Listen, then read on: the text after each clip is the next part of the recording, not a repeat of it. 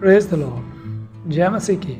प्रभु यीशु मसीह में मैं आपका भाई कृष्ण बर्नबास आप सभी भाई बहनों का प्रभु यीशु मसीह में बहुत बहुत स्वागत करता हूँ और पिता परमेश्वर का धन्यवाद करता हूँ उसके महान प्रेम और दया के लिए कि उसने हमें एक और दिन दिया अपने पापों को मानकर छोड़ देने के लिए और उसकी समानता और स्वरूप में नित नित करके बनने के लिए। मैं पिता परमेश्वर का बहुत बहुत धन्यवाद करता हूँ उस महान अनुग्रह के लिए भी जो उसने अपने इकलौते बेटे यीशु मसीह को देकर हम सभी पर प्रकट किया है। धन्यवाद करता हूँ। मेरे प्रियो, आज का जो विषय है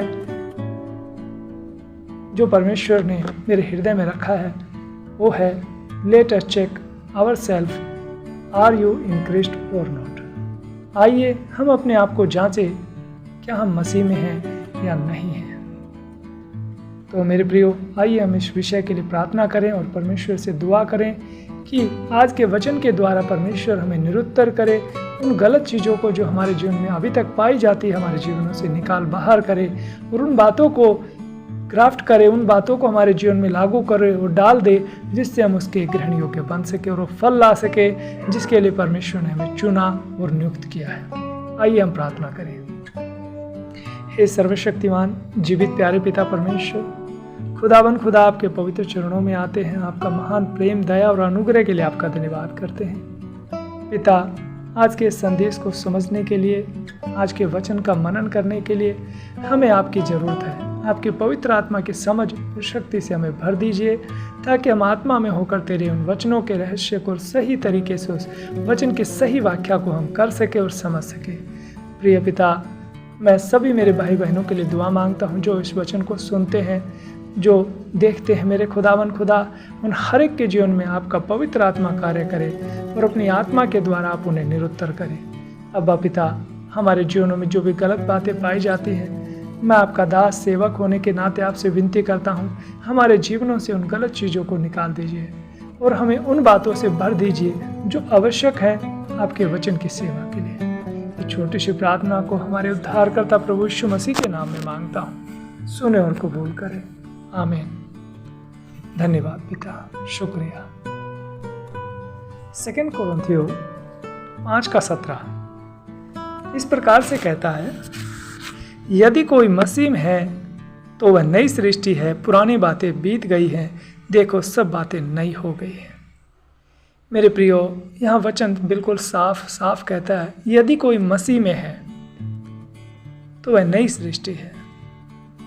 यहाँ यह नहीं कहा गया कि यदि कोई यीशु मसीह के साथ है या आगे है या पीछे है, वरन यह कहा गया है कि यदि कोई मसीह में है, यानी कि उसके अंदर है।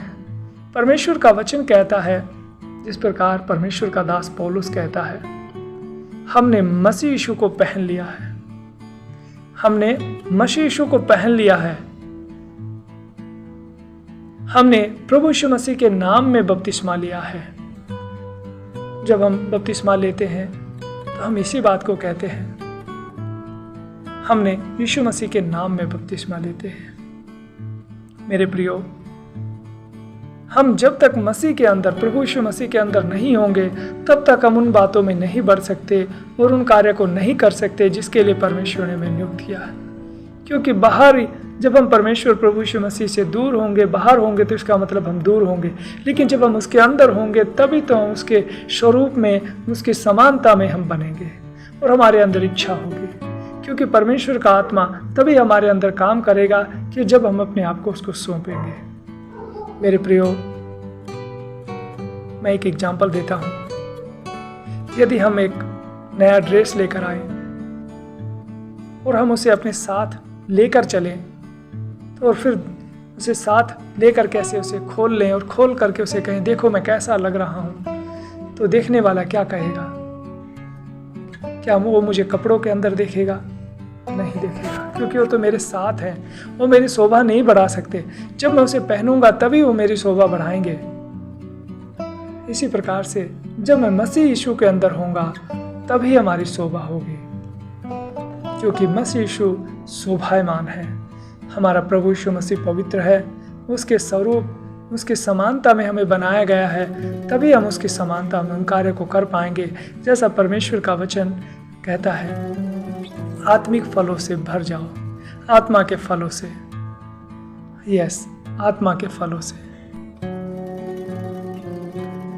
इफिसियों की पुस्तक 4 अध्याय 22 और 23 इस प्रकार से कहती है कि तुम पिछले चाल चलन के पुराने मनुष्यत्व को जो भरमाने वाली अभिलाषाओं के अनुसार भ्रष्ट होता जाता है उतार डालो और अपने मन के आत्मिक स्वभाव में नए बनते जाओ और नए मनुष्यत्व को पहन लो जो परमेश्वर के अनुरूप सत्य की धार्मिकता और पवित्रता में सिरजा गया है।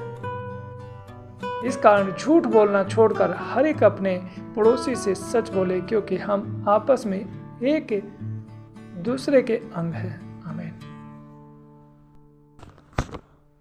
परमेश्वर का वचन साफ साफ कहता है कि तुम अपने पिछले चाल चलन को, उस स्वभाव को, उस आदत को, उन अभिलाषाओं को छोड़कर एक नया मनुष्यत्व, एक नया स्वभाव उत्पन्न करो। जिस प्रकार परमेश्वर ने प्रतिज्ञा की है कि मैं जाता हूँ, तुम्हारे लिए एक सहायक देता हूँ, उसने अपने वचन के अनुसार हमें पवित्र आत्मा के रूप में एक सहायक दिया है। जब हम यीशु मसीह को ग्रहण करते हैं तो पवित्र आत्मा हमारे हृदय में आता है और हमें नित्य नित्य हर दिन परमेश्वर की ओर लेकर चलता है। लेकिन हम कठोरता के कारण उसकी न सुन करके हम अपनी इच्छाओं को, अभिलाषाओं को, उन पुराने रीति रिवाजों को ही मानकर हम परमेश्वर का विरोध करते हैं और यही कारण होता है कि हम पाप में फंसे रहते हैं। लेकिन जब तक हम अपने पुराने मनुष्यत्व को, अपने चाल चलन को, अपनी अभिलाषाओं को, अपनी सोच को जब तक हम अपने से दूर नहीं करेंगे और परमेश्वर के अनुरूप में, परमेश्वर के स्वरूप में, उसके वचन के अनुसार अपने आप को तैयार करने की कोशिश नहीं करेंगे, तब तक वो हमारे अंदर उत्पन्न नहीं होगा। वचन कहता है 23 में, इफिसियों 4 का 22 और 23 फिर से एक बार मैं पढ़ता हूँ कि तुम पिछले चाल चलन के पुराने मनुष्यत्व को जो भरमाने वाली अभिलाषाओं के अनुसार भ्रष्ट होता जाता है उतार डालो। परमेश्वर का वचन कहता है उसे उतार दो, उसे मत रखो, क्योंकि प्रभु यीशु मसीह ने हमें एक नया मनुष्यत्व, एक नई सृष्टि बना दिया है। उन नई बातों को आपके अंदर आने दो, उन नई बातों को आपके अंदर कार्य करने दो और फिर देखो परमेश्वर कैसा आपको यूज करता है, कैसा बदलता है। और अपने मन के आत्मिक स्वरूप में नए बनते जाओ और नए मनुष्यत्व को पहन लो जो परमेश्वर के अनुसार सत्य की धार्मिकता और पवित्रता में सिरजा गया है। परमेश्वर का कलाम कहता है वो बिल्कुल समानता में, प्रभु यीशु मसीह के समानता में सिरजा गया, एक नया मनुष्यत्व। यह वचन मैं एक और आयत पढ़ना चाहता हूँ। इस वचन के और भी साफ शब्दों में इस प्रकार से कहता है। हम एक फिलिपियों की 2 के देखते हैं। फिलिपियों का 2 अध्याय इस प्रकार से लिखा है, अतः यदि मसीह में कुछ शांति और प्रेम में ढाढ़स और आत्मा की सहभागिता और कुछ करुणा और दया है, तो मेरा यह आनंद पूरा करो कि एक मन रहो और एक ही प्रेम, एक ही चित्त और एक ही मनसा रखो। विरोध या झूठी बड़ाई के लिए कुछ न करो, पर दीनता से एक दूसरे को अपने से अच्छा समझो। हर एक अपने ही हित की नहीं वरन दूसरों के हित की भी चिंता करे। जैसा मसीह यीशु का स्वभाव था वैसा ही तुम्हारा भी स्वभाव। ये है परमेश्वर की इच्छा। परमेश्वर सर्वशक्तिमान यहोवा परमेश्वर और प्रभु यीशु मसीह के नाम में इस संसार में आया और पुत्र रूप में इस संसार में आया और अपने आप को इतना दीन कर दिया, इतना दुख और तकलीफें सहा, जिस प्रकार से यहाँ आगे लिखा है 2:6 में, फिलिपियों 2:6, जिसने परमेश्वर के स्वरूप में होकर भी परमेश्वर के तुल्य होने को अपने वश में रखने की वस्तु न समझा, वरन अपने आप को ऐसा शून्य कर दिया कि दास का स्वरूप धारण किया और मनुष्य की समानता में हो गया और मनुष्य के रूप में प्रकट होकर अपने आप को दीन किया और यहाँ तक आज्ञाकारी रहा कि मृत्यु, हाँ, क्रूस की मृत्यु भी सह ली। हे मेरे प्रियो, यह वचन बिल्कुल साफ कहता है परमेश्वर की सबसे पहली मांग होती है दीनता। आज हम सब काम करने की इच्छा रखते हैं, लेकिन अपने ईगो को, अपने उस सोच को, अपने उस ऊंचे पद को नीचा करना नहीं चाहते और यही एक सबसे बड़ा कारण होता है कि हम परमेश्वर के ग्रहण योग्य नहीं बन पाते, क्योंकि वो सोच है, वो जो ईगो है, हमें परमेश्वर के पास आने नहीं देते, हमारे बीच में वो रुकावट डालती है। और ये बिल्कुल ऐसा स्वभाव है जिस प्रकार शैतान ने, जो परमेश्वर के द्वारा रचा गया था, उसने परमेश्वर का विरोध किया। उसकी ईगो, उसके अंदर एक अभिलाषा आ गई थी। ऐसा ही हमारे अंदर अभिलाषाएं इस प्रकार से हावी हो जाती हैं कि हम परमेश्वर को भी छोटा देखते हैं, न कि बड़ा। मेरे प्रियो, वचन साफ कहता है, यदि तुम मसीह यीशु में हो तो नई सृष्टि, पुरानी बातें बीत गई हैं। अब हमारा पुराना मनुष्यत्व, पुराना स्वभाव अब बिल्कुल समाप्त हो चुका है। अब उसे अपने ऊपर फिर से हावी ना होने दो। अपने आप को परमेश्वर के लिए परमेश्वर को सौंप दो। जिस प्रकार जब निकोदेमुस रात के अंधेरे में आता है और प्रभु यीशु मसीह कहता है, हे गुरु, मैं जानता हूँ तू तो परमेश्वर की ओर से गुरु होकर आया है, क्योंकि जो बातें तू करता और कोई नहीं कर सकता, केवल तू तो परमेश्वर है, इसीलिए कर सकता है। वो कहता है, जब तक मनुष्य, प्रभु यीशु मसीह उसे बदले में क्या कहता है कि जब तक मनुष्य नए सिरे से ना जन्मे तो वो स्वर्ग के राज्य में प्रवेश नहीं कर सकता। अब परमेश्वर के अनुग्रह के द्वारा हमें नया जन्म मिला है, एक नया मनुष्य था। परमेश्वर की आत्मा के द्वारा हमें नया सृष्टि बना दिया गया है। हमारे पास ये सुंदर अवसर है कि हम परमेश्वर के घर में वास कर सके, उसके अनंत जीवन में वास कर सके। मेरे प्रियो, इस अनंत जीवन को ना खोएं। हमारे अंदर उस क्वालिटी को, उस स्वभाव को जो प्रभु यीशु मसीह का नेचर है, उस पवित्र आत्मा के फल जो पवित्र बाइबल में लिखे हैं, मैं पढ़ता हूँ, आप कृपया ध्यान से सुने।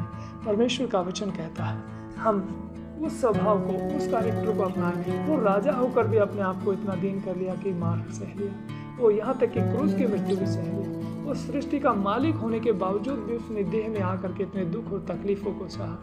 हम सभी जानते हैं उसने कैसे यातनाएं सही हैं। उसके अपनों ने उसे ठुकरा दिया, बिना गलती के उसे सजा दी गई। किसके लिए? हमारे लिए, क्योंकि हमसे प्रेम करता था।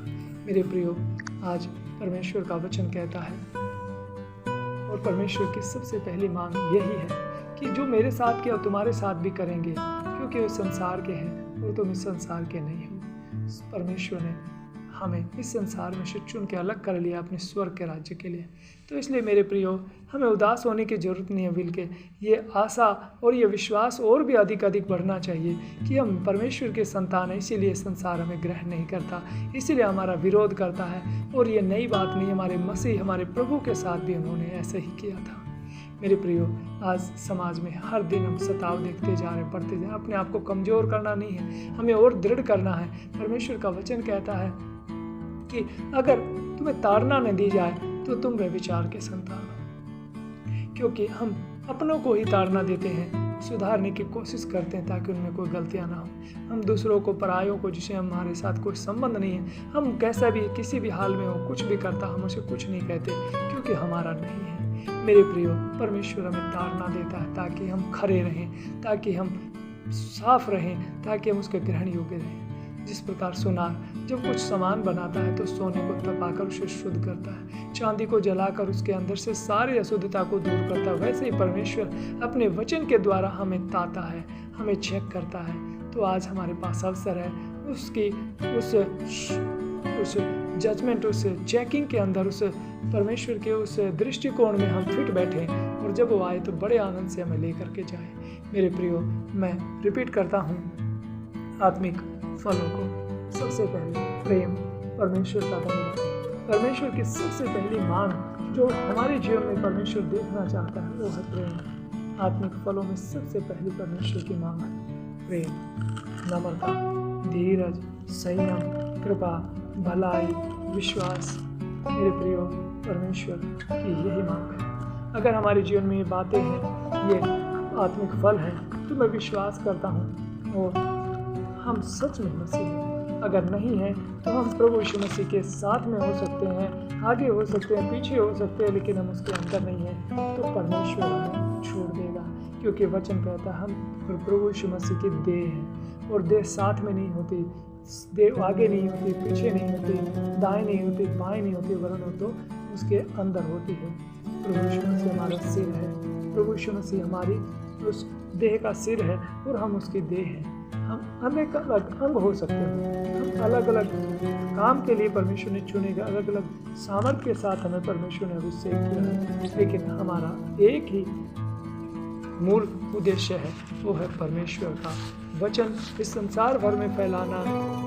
उस जैसा 2 कोरिन्थियों 5:17 और 18 में लिखा है मैं पढ़ देता हूँ। वहाँ इस प्रकार से लिखा है कि ये सब बातें परमेश्वर की ओर से हैं, जिसने मसीह के द्वारा अपने साथ हमारा मेल मिलाप कर लिया और मेल मिलाप की सेवा हमें सौंप दी, ताकि हम इस वचन के अनुसार हम उस मेल मिलाप को जो परमेश्वर से दूर है उन्हें परमेश्वर के पास प्रभु यीशु मसीह के द्वारा लेकर आ सके। लोग अपने पापों से पश्चाताप करें, तौबा करें और प्रभु यीशु मसीह को अपने जीवन में ग्रहण करके पिता परमेश्वर से जो संबंध टूट गया फिर से जोड़ ले। यही हमारा उद्देश्य है और यही हमारे प्रभु यीशु मसीह का उद्देश्य था। जब वो इस देह में था, वो आया, उसने हमें कहा मन फिराओ, स्वर्ग का राज्य निकट आया है। और उसने हमारे पापों के लिए तौबा, हमारे पापों के लिए प्रायश्चित के रूप में अपने आप को बलिदान कर दिया। और आज हमारे पास अवसर है कि अगर आवश्यकता हो तो अपने जीवन को हम प्रभु के लिए निछावर कर दे, ताकि हम सचमुच में उसके वो बेटे और बेटियां बन सके जिसे परमेश्वर एक बड़ा मुकुट, एक बड़ा आदर, एक बड़ा सम्मान वो अपने घर में देने पर है। मेरे प्रियो, सब कुछ मैं पिता परमेश्वर के हाथों में रखता हूँ और सब कुछ मैं इस संदेश को भी और सुनने वाले भाई बहनों को भी मैं प्रभु जी आपके पवित्र हाथों में सौंप देता हूँ। इस छोटे से संदेश के द्वारा आप हर एक को कायल करना, आप हर एक से बातें करना और इस वचन को और भी गहराई से समझ सके और आपकी आत्मा के द्वारा और भी उनसे बातें करना। पिता, सारा आदर, सारी महिमा आपको देता हूँ, यीशु मसीह के नाम में मांगता हूँ, आमीन।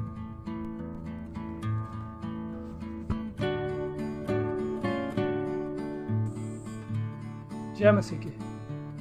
प्रभु यीशु मसीह में मेरे प्रिय भाई बहनों, अगर आपको इस वीडियो के द्वारा कुछ आत्मिक उन्नति हुई है तो कृपया कमेंट करें और लाइक करें, शेयर करें और इस चैनल को अधिक से अधिक सब्सक्राइब करें। आशा करता हूँ आप मुझे सहयोग देंगे। धन्यवाद।